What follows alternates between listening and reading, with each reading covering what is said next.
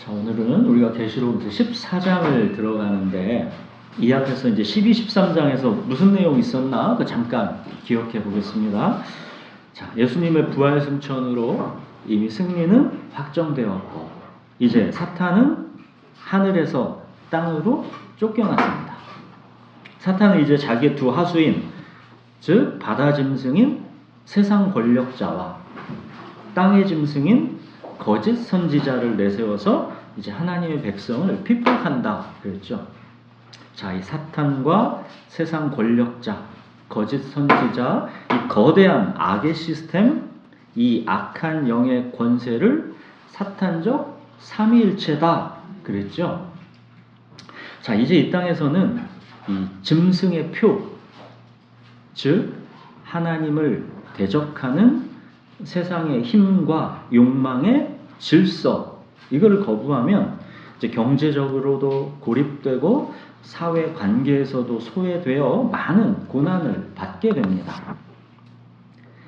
하나님을 대적하는 이 세상의 힘과 욕망의 질서, 이 짐승의 표를 거부할 때 자, 성도들이 당해야 할 고난, 이게 정말 만만치 않기 때문에 누구든지 귀가 있거든 들으라 했지요.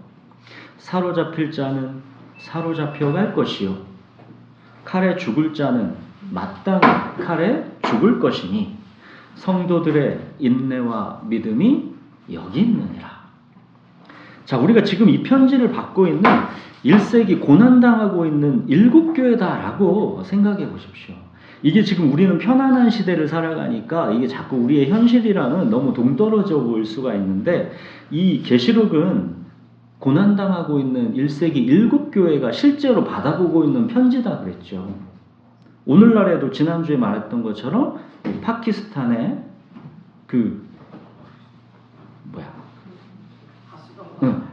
하수구, 네, 맨홀 청소부 하는 우리 그리스도인들 그거 같이 얘기했었잖아요. 그들이 지금 계시록의 이 말씀을 듣고 있다고 한번 생각해 보라는 것이죠. 지금 교회에 모여 이 편지를 들으면서 위로와 용기를 물론 받겠죠. 자, 예배 때 모였습니다. 요한이 해준 이 계시록 편지를 지금 예배 때 듣고 있는 거예요. 되게 그들은 위로와 용기를 받았겠죠. 근데 이제 또 삶의 현실로 돌아가면 많은 고난을 당해야 합니다. 또 이 고난이 대체 언제 끝나는 것인지 깊은 한숨도 나올 수밖에 없는 거 아니겠습니까?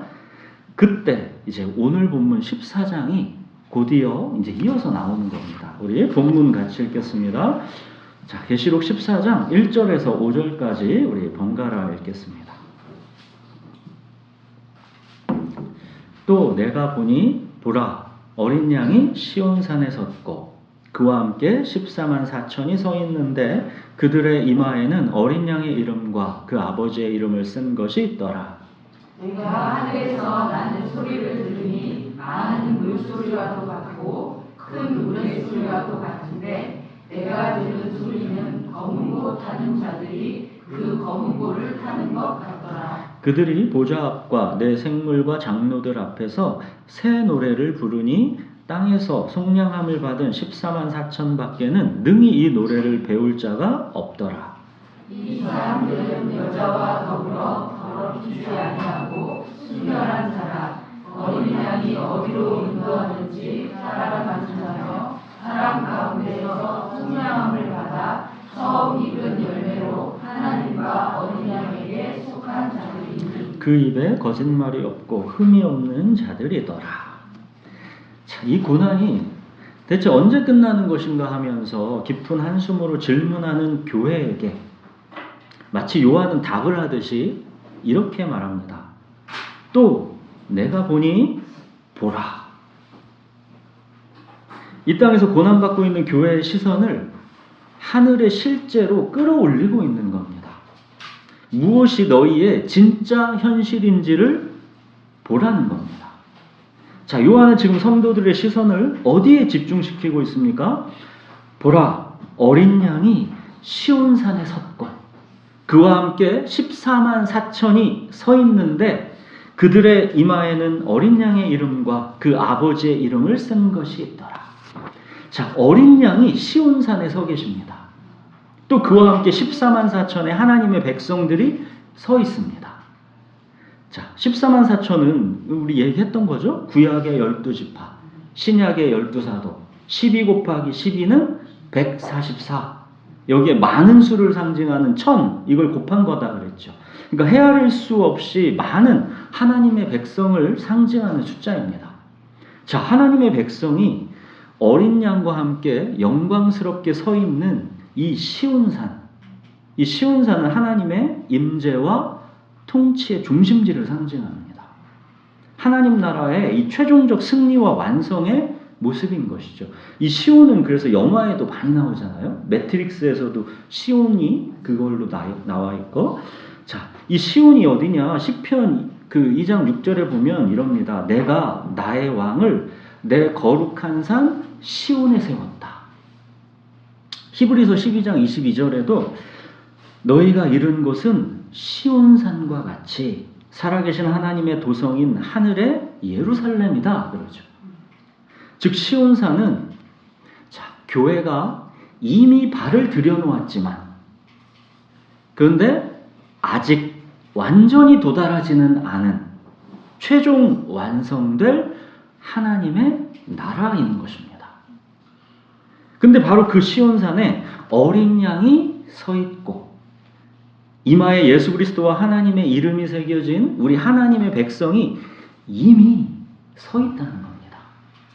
그러니까 한마디로 이건 뭐냐면 이미 너희는 안전하다는 것입니다. 여러분, 예수 그리스도와 하나님의 이름이 새겨졌다라는 것, 인이 찍혔다라는 것, 이게 뭔지는 우리가 예전에 살펴봤죠. 목자가 자기 양이나 소에 인을 찍는 거, 이거랑 같은 거라고 그랬죠. 하나님의 인이 찍혔다라는 거는 그는 하나님의 소유이고 하나님이 보호하신다라는 뜻입니다. 이사야서에서 야곱아 너를 창조하신 여호와께서 지금 말씀하시느니라. 이스라엘아 너를 지으신 이가 말씀하시느니라. 너는 두려워하지 말라. 내가 너를 구속하였고 내가 너를 지명하여 불렀나니 너는 내 것이다. 이게 인을 찍는 겁니다. 네가 물 가운데로 지날 때 내가 너와 함께 할 것이라. 강을 건널 때 물이 너를 침몰하지 못할 것이며 네가 불 가운데로 지날 때 타지도 아니할 것이요 불꽃이 너를 사르지도 못할 것이다. 이게 하나님의 이 찍힌 하나님의 백성의 삶이라는 겁니다. 자, 이 계시록에 이 1세기에 고난당하는 교회들, 그들에게 말씀하는 겁니다. 자, 짐승의 표를 거부했다라는 이유로 경제, 사회적으로 고립되고 궁핍해져도 괜찮아. 사로잡혀가도 괜찮아. 심지어 칼에 죽어도 괜찮아. 너희는 이미 시온산에 어린 양과 함께 서 있다. 지금 이 땅에서 너희가 물 가운데 지나는 그 고난의 시간, 내가 너희와 함께하고 있다. 강을 건널 때 홍수에 쓸려갈 것 같지만 아니야. 물이 너를 침몰하지 못할 것이다. 불 가운데 지날 때 타들어가는 공포가 엄습할 것이지만 너희는 타지 않는다. 불꽃이 너를 사르지도 못할 것이다. 이 말씀입니다. 여러분, 우리는 이 땅에서의 사탄의 삼위일체, 그 악한 영의 권세가 굉장히 두렵고 크게 보입니다. 그러나 그거는 별거 아니라는 겁니다. 2절 보십시오. 진짜 권세는 이런 거라는 겁니다. 짝퉁에 불과한 사탄적 삼위일체와는 비교할 수 없는 진짜 천지주제이신 삼위일체 하나님의 위엄과 권세는 이렇다는 겁니다. 2절, 내가 하늘에서 나는 소리를 들으니 많은 물소리와도 같고 큰 우레소리와도 같은데 내가 들은 소리는 검은 고 타는 자들이 그 검은 고를 타는 것 같더라. 자, 이 많은 물소리, 이건 시편에 많이 나오는 표현입니다. 항상 하나님의 압도적인 위엄과 권능을 상징하는 것입니다. 큰 우레소리, 이 천둥번개, 이거 하나님의 심판과 위엄을 상징하는 겁니다. 자, 근데 또 검은 곳 하는 소리가 들린다 그러죠. 섬세하고 아름다운 하프 소리. 자, 하나님의 위엄과 권능은 또 한편으로는 이렇게 섬세하고 부드럽고 친밀하게 우리를 감싼다는 겁니다. 마치 웅장하기도 하면서 섬세하고 부드럽기도 한 이 오케스트라의 선율이 그려지는 것이죠.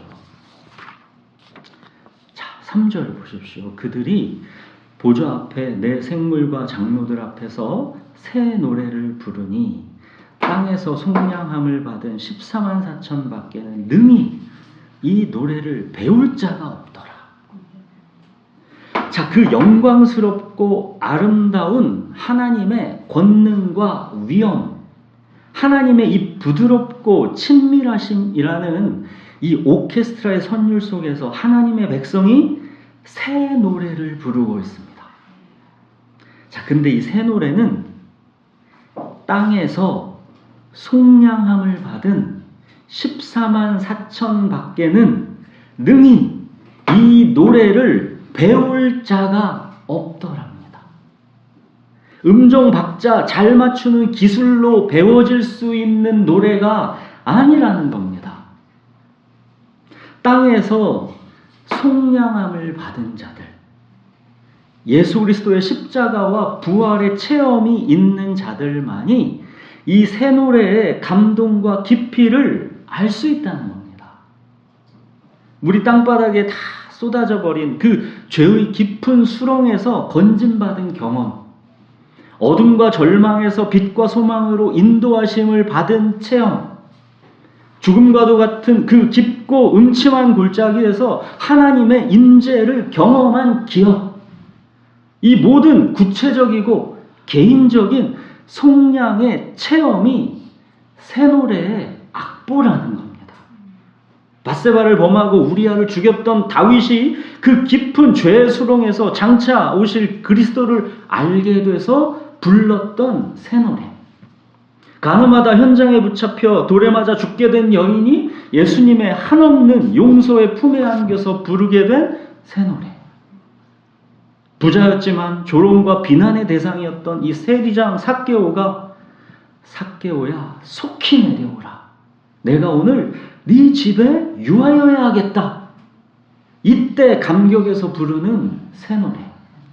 예수님을 저주까지 하면서 3번 부인했던 베드로가 부활하신 예수님이 찾아와서 구워주시는 물고기를 먹으면서 부르는 새 노래.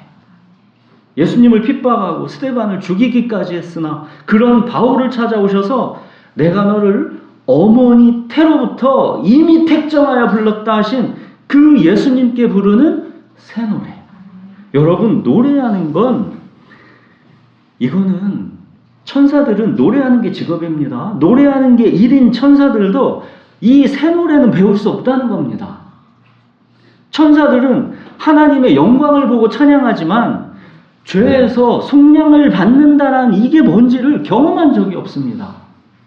그래서 베드로는 이 복음은 천사들도 살펴보기를 원하는 것이다. 그렇게 했죠. 천사들도 모른다는 겁니다. 죄인이 속량함을 받아 구원을 받는 이 신비는 천사들도 이해할 수 없는 그런 차원이라는 겁니다. 자, 사랑하는 여러분, 우리가 지금 드리고 있는 이 예배, 우리는 지금 이 새 노래를 부르고 있습니까? 그리스도의 피로 속량함을 받은 내 개인적인 구원과 은혜의 감격, 주님께서 내 그 깊은 죽음의 골짜기, 어둠의 골짜기에서 함께 하셨던 기억, 그렇게 우리 영혼 깊은 곳에서 터져나오는 이 새 노래로 예배를 드리고 있습니까? 아니면 그저 또 한 주 이 종교적 의무로서의 예배 활동을 우리가 지금 그냥 수행하고 있습니까? 여러분, 새 노래는 죄와 죽음에 매여 종노릇하던 옛 삶에서 죽임당한 어린 양 우리 주 예수 그리스도로 말미암아 이 속량함을 받은 은혜의 감격에서 이 새 노래가 나오는 겁니다. 왜 죽임당한 어린 양이어야 하는지를 우리가 체험한 사람들이어야 이 새 노래를 부를 수 있는 겁니다. 여러분, 우리가 우리의 이 땅에서의 잠시 잠깐의 이 삶에서 죄와 고통과 슬픔과 고난과 염려와 두려움과 가난과 얼마든지 많죠.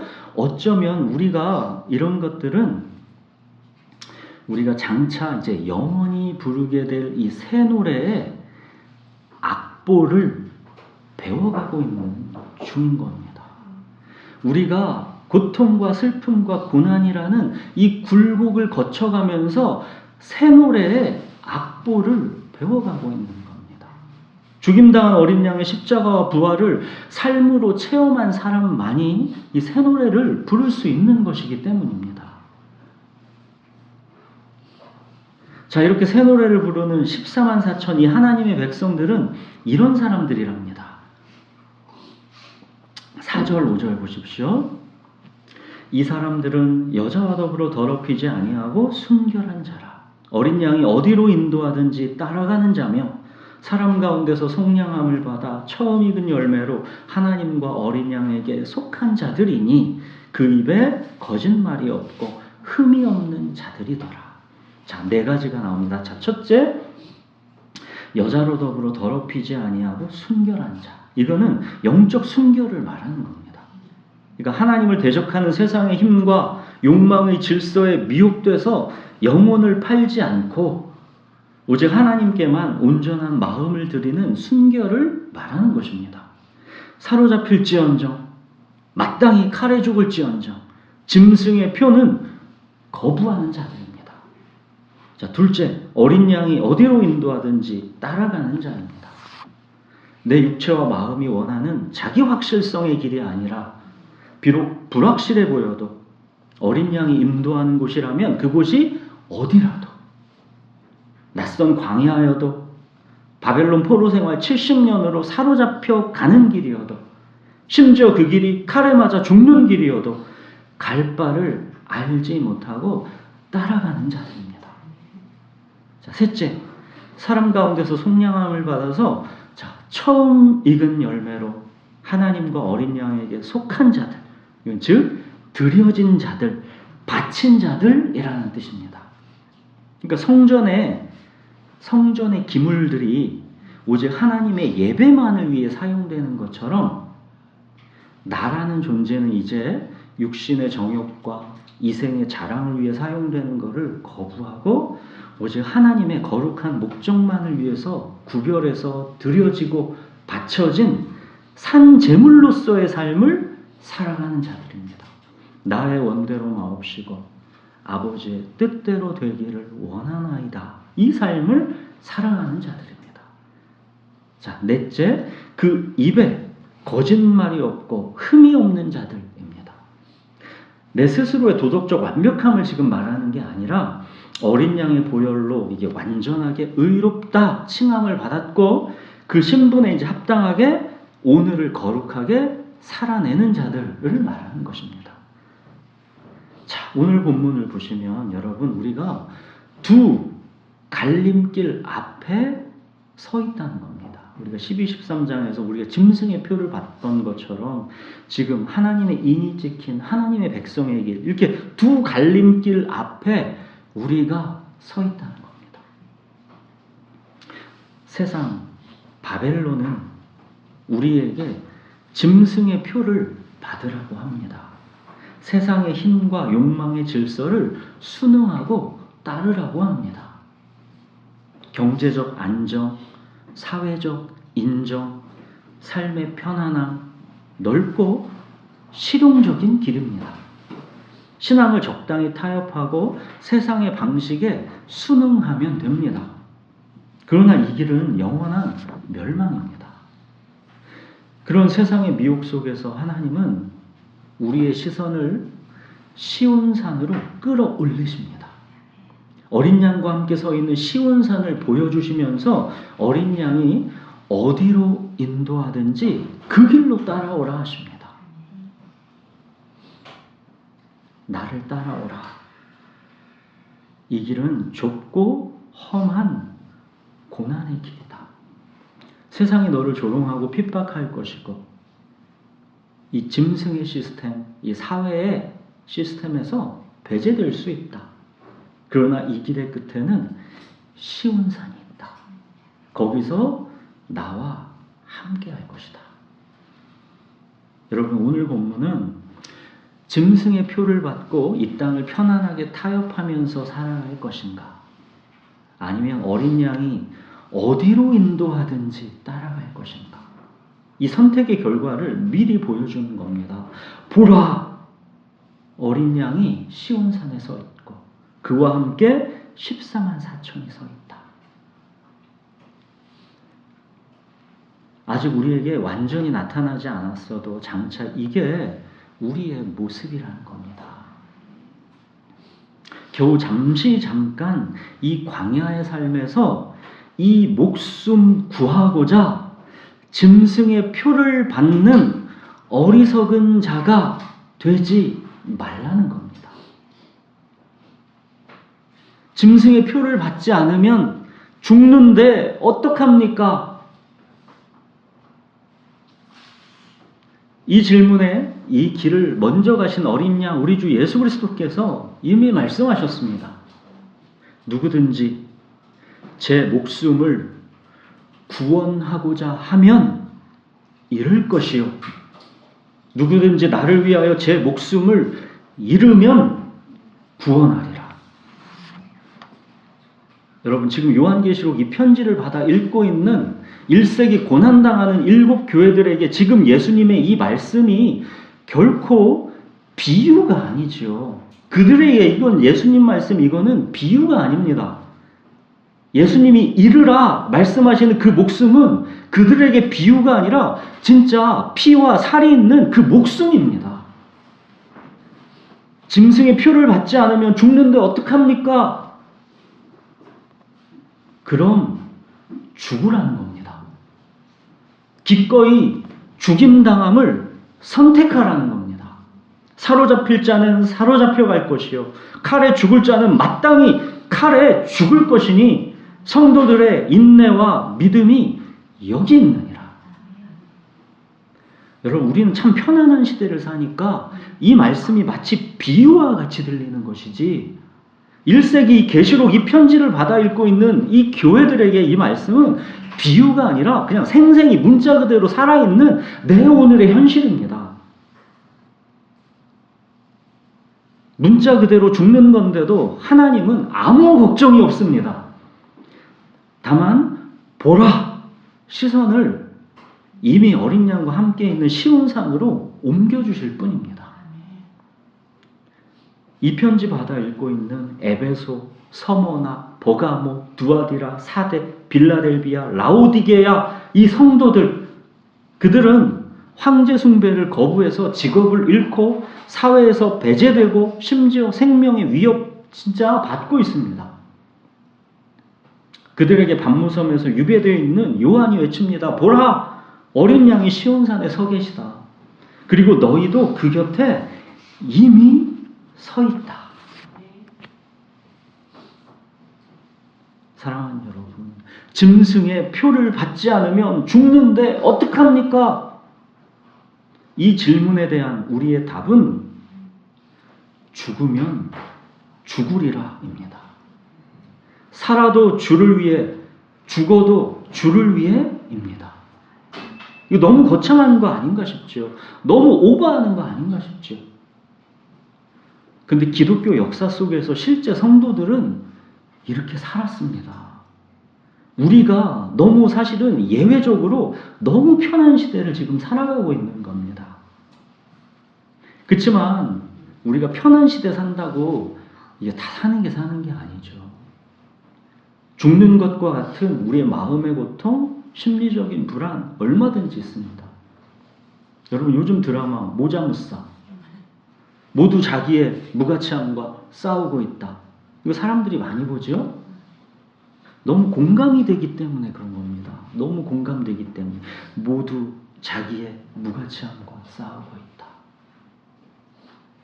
이 세상은 모두가 저마다 자기의 가치를 느끼고 자기의 가치를 증명하려고 쉴 새 없이 움직입니다. 무가치하다고 느껴지는 것을 불안해서 견디지를 못합니다. 사실 우리가 정말 그렇기 때문에 그래서 이 드라마가 깊이 공감이 되는 거지요. 거기 우리 모습이 다 있으니까.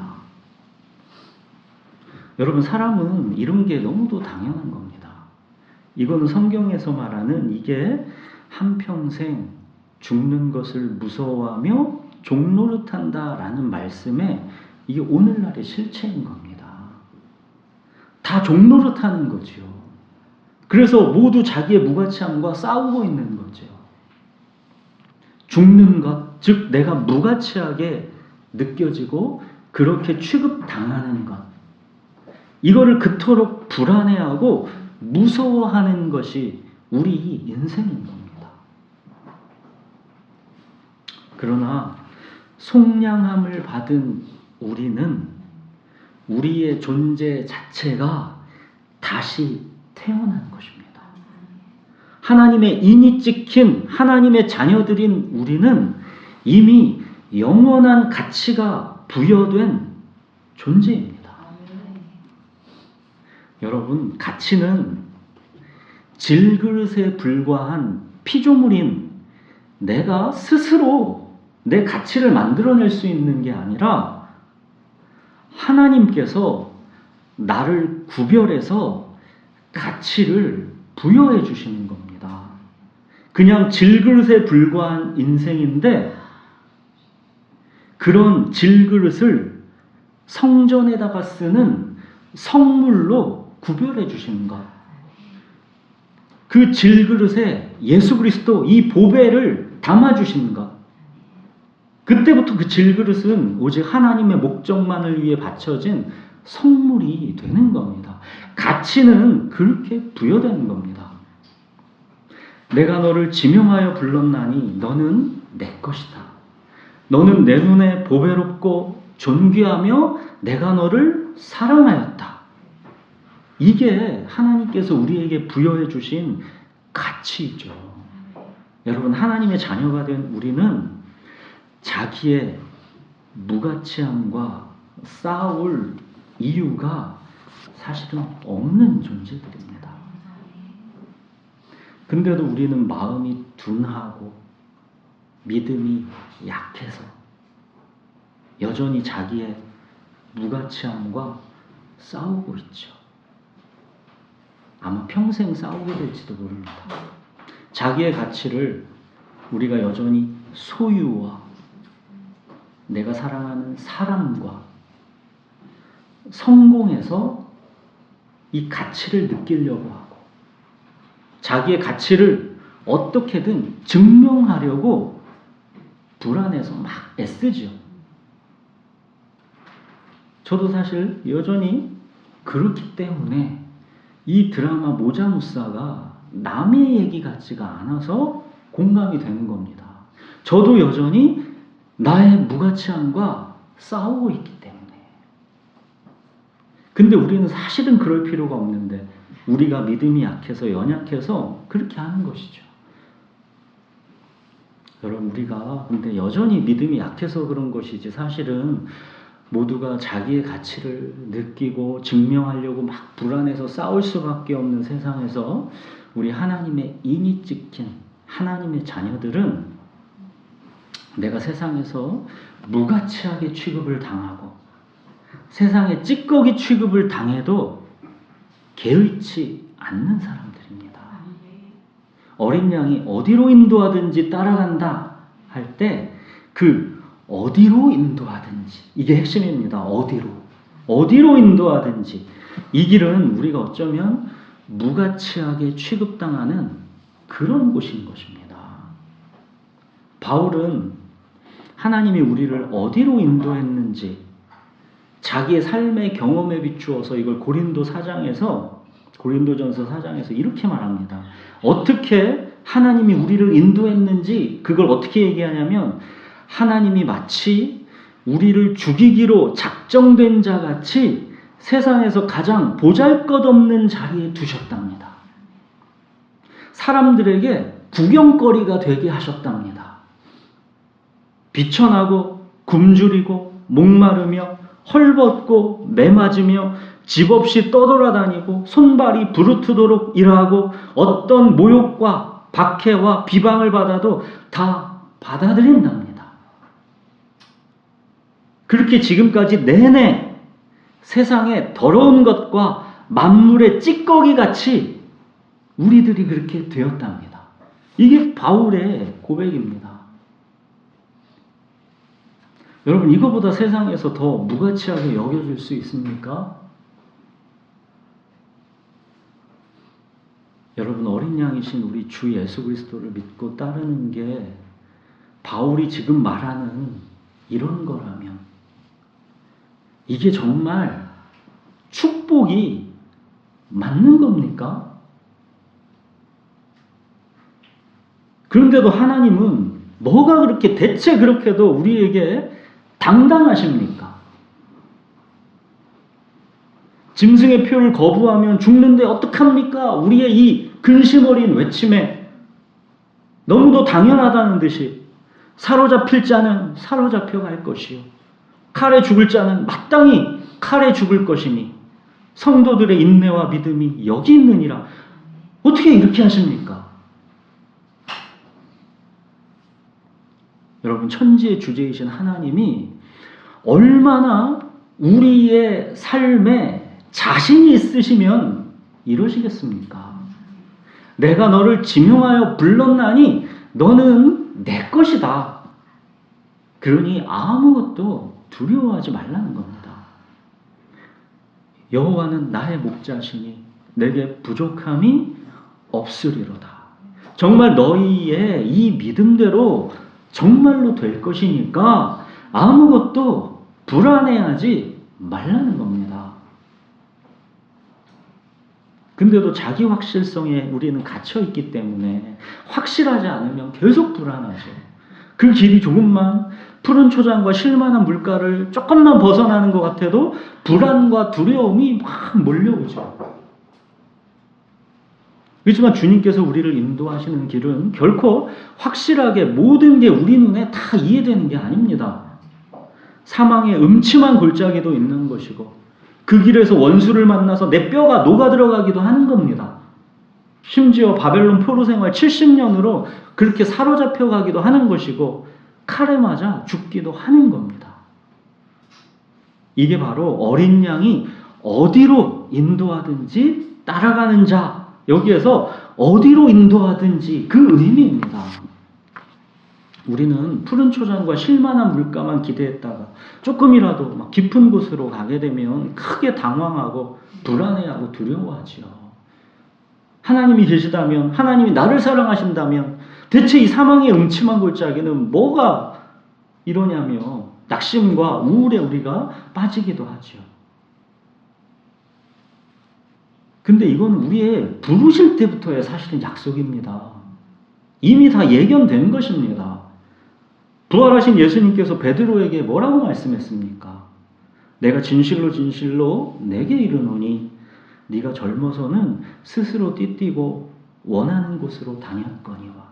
즉 네가 원하는 대로 잘 살아왔지? 그 말입니다. 근데 늙어서는 네 팔을 벌리리니 남이 내게 띠띠우고 원하지 아니하는 곳으로 데려가리라. 이 말씀을 하시면 베드로가 어떠한 죽음으로 하나님께 영광을 돌릴 것을 가리키심이러라. 이 말씀을 하시고 베드로에게 이르시되 나를 따르라. 이미 주님께서는 나를 따르라 하실 때부터 우리 인생 편하다고 약속하신 적이 없습니다. 네가 그동안 젊어서 스스로 띠띠고 네가 원하는 곳으로 잘 다니고 재밌게 잘 살았지? 자, 이제 그거 끝난 거야. 너는 이제 네 팔을 벌리고 남이 내게 띠띠우고 원하지 아니하는 곳으로 데려가는, 내가 어디로 인도하든지 너는 그 길로 따라가는 삶을 너는 따라가게 되는 거야. 그러고 말씀하시는 겁니다. 나를 따르라. 여러분, 어린 양이 어디로 인도하든지 그 어디로는 결코 푸른 초장과 쉴만한 물가만 있는 게 아닙니다. 남이 나에게 띠띠우고 원하지 아니하는 곳으로 데려가는 길. 우리가 진정 어린 양을 따르고자 한다면 반드시 이 길을 가게 되어 있습니다. 예수님의 이 말씀대로 베드로는 두 팔을 벌리고 십자가에 달려 죽게 되지요. 그러나 이 길 끝에는 어린 양과 함께 서 있는 시온의 영광이 있다는 겁니다. 바울이 참수당하기 전에 그 마지막 유언에서 그 길 끝에서 뭐가 있다고 자기가 감옥에서 그럽니까? 자기 이제 조금 있으면 이제 참수당하기 며칠 전입니다. 자, 바울이 그 마지막 유언을 뭐라고 합니까? 자기에게 어떤 길이 기다리고 있는, 자, 전제와 같이 내가 벌써 부어지고 나의 떠날 시각이 가까웠도다. 나는 선한 싸움을 싸우고 나의 달려갈 길을 마치고 믿음을 지켰으니 이제 후로는 나를 위하여 의의 면류관이 예비되었으므로 곧 의로우신 재판관이 그날에 내게 주실 것이며 내게만 아니라 주의 나타나심을 사모하는 모든 자에게 도리라. 바울은 세상에 찌꺼기 같은 그런 취급을 당했어도 평생을 그렇게 선한 싸움을 달려오고 이제 마지막 감옥에서 참수당하기 직전에 이제 마지막 자기를 기다리고 있는 이 시온이 이렇다라는 것을 고백하는 겁니다. 사랑하는 여러분, 기독교는 이 세상이 전부다. 이 세계관에서는 결코 이해될 수 없습니다. 이 세상이 전부다. 이 세계관에서 기독교가 이해되고 있다는 것은 그거는 지금 가짜인 겁니다. 이 삶이 전부이면 가장 불쌍한 자들이 우리 그리스도인들인 겁니다. 그러나 시온산에서 어린 양과 함께 서게 된 그 영광은 모든 것을 다 한순간에 역전시켜버리는 겁니다. 우리가 그동안에 있었던 모든 수고, 모든 고통, 모든 불안, 염려, 두려움, 이 한순간에 역전되는 겁니다. 성도의 인내와 믿음은 바로 여기 있는 겁니다. 여러분, 어린 양이 어디로 인도하든지 따라가십시오. 그 어디로는 남이 나에게 띠띠우고 원하지 아니하는 곳으로 데려가는 길일 겁니다. 그래도 어린 양이 인도하시는 길이기 때문에 우리가 따라가는 겁니다. 이 땅에서 우리 성도의 삶은 모든 게 확실하고 명확하게 보이는 거 아닙니다. 그렇지만 이 불확실한 이 길은 어린 양이 인도하시기 때문에 은혜로운 불확실성이라고 하는, 우리가 수요일 날 했죠? 은혜로운 불확실성이라고 하는 겁니다. 우리가 불안하고 불확실하고 두려운 이 삶의 현실에서도 하나님의 주권을 신뢰하면서 이 어린 양이 어디로 인도하든지 따라갈 때 그때 우리의 삶이 하나님께 올려드리는 새 노래가 되는 겁니다. 여러분, 우리에게 놓여진 이 광야의 삶에서의 모든 아픔과 고통과 눈물과 의심과 낙심과, 그렇지만 또 다시 회복과 감사와 감격, 이 모든 광야의 삶의 여정은 새 노래의 악보가 될 것입니다. 이 새 노래를 배우면서 어린 양이 어디로 인도하든지 따라가십시오. 네, 기도하겠습니다.